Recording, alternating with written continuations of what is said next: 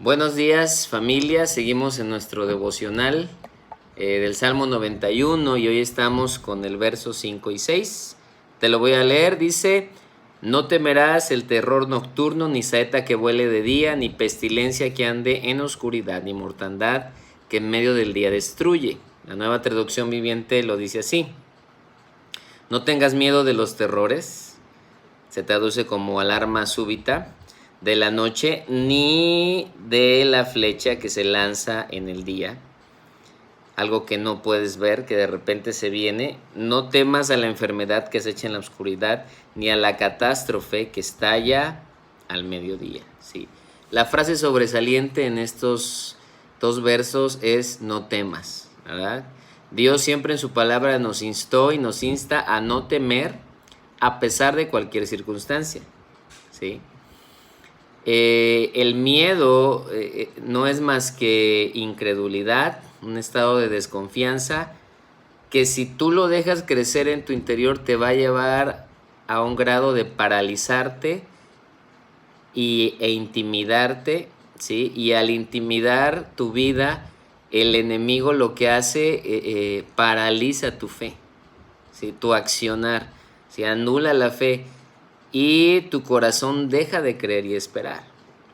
Entonces, si hablamos un poquito del miedo, podemos entender que el miedo entra a través de nuestros pensamientos. Por supuesto que lo sentimos en nuestras emociones, están conectados emociones y pensamientos.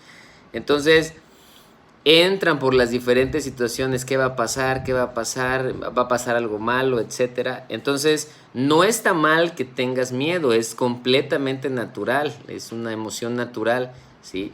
Lo que no debes hacer es quedarte con ese miedo, ¿sí?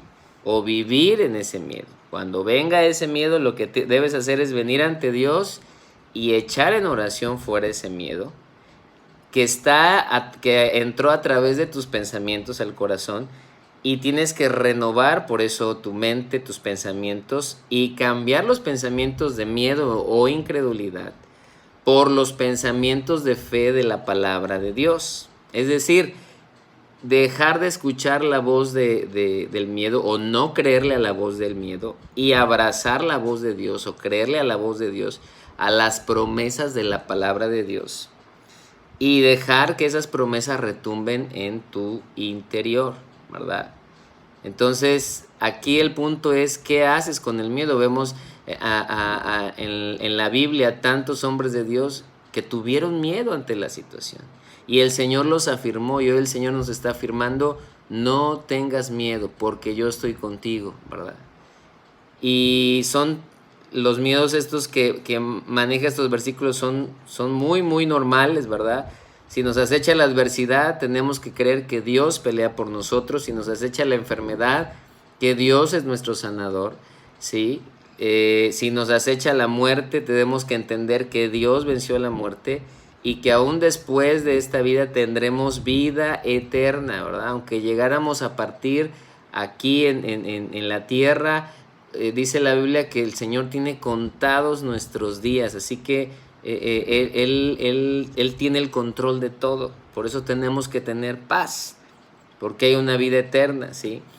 Y el principio para no temer es confiar en quién es Dios y en lo que Él puede hacer, ¿sí? Y que Él nos ha prometido estar con nosotros. Josué 1:9 dice: Mira que te mando que te esfuerces y seas valiente, no temas ni desmayes, porque Jehová tu Dios estará contigo en donde quiera que vayas, ¿sí? Josué estaba temeroso, Moisés acababa de morir, él era el encargado de llevarlos a la tierra prometida y había enemigos que tenían que derrotar. Y él había visto cómo Dios había estado con Moisés, pero dentro de sí dice: ¿yo cómo le voy a hacer? ¿Verdad? Pero el Señor lo afirma desde los primeros versículos: esfuérzate y sé valiente, porque Dios sabía que en la naturaleza humana de Josué, así como en la nuestra, íbamos a tener miedo, ¿verdad? Pero la palabra de Dios es la que nos viene a dar fe.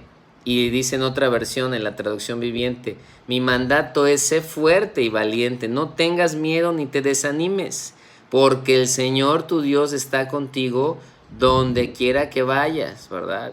En cualquier situación que te encuentres, ahí está el Señor. Entonces, la idea es saber qué hacer con el miedo, ¿sí?